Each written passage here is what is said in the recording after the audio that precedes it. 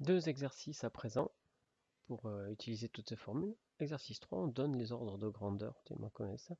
Suivant, exponentielle de 2, ça vaut à peu près 7, exponentielle de 3, ça vaut à peu près 20.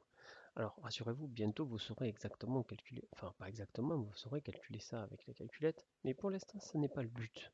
Le but, c'est pas du tout d'utiliser la calculatrice. Pour l'instant, la fonction exponentielle est encore largement inconnue. On est en train de la déterminer. Et je vais vous montrer qu'avec ce qu'on vient de mettre en place, on est déjà capable de donner de bons ordres de grandeur. Donc, supposons, on admet qu'exponentielle de 2, c'est à peu près 7, exponentielle de 3, c'est à peu près 20. Déduisez-en les ordres de grandeur de exponentielle de 5, exponentielle de moins 3, exponentielle de 1, en utilisant les formules. Alors, c'est très simple. Exponentielle de 5, qu'est-ce que c'est? Eh bien, 5, je sais que je peux dire que c'est 2 plus 3. Ouais. Mais exponentielle de 2 plus 3, c'est exponentielle de 2 fois exponentielle de 3. Exponentielle de 2, c'est à peu près 7. Exponentielle de 3, c'est à peu près 20. Donc exponentielle de 2 fois exponentielle de 3, c'est à peu près 140.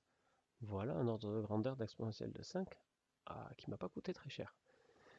Exponentielle de moins 3. Bon, si vous avez bien compris, c'est pareil. Exponentielle de moins 3, eh ben on sait que c'est 1 sur exponentielle de 3. C'est-à-dire à peu près 1 sur 20, c'est-à-dire à peu près 0,05.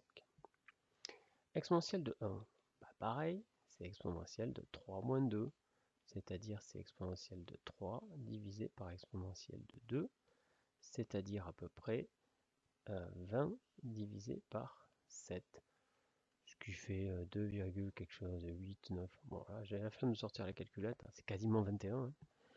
Donc c'est quasiment 3. Voilà, 2,8, 2,9, testez. Bon, peu importe, ce qui est important, c'est que vous avez compris comment on faisait. Ouais, c'est très rapide.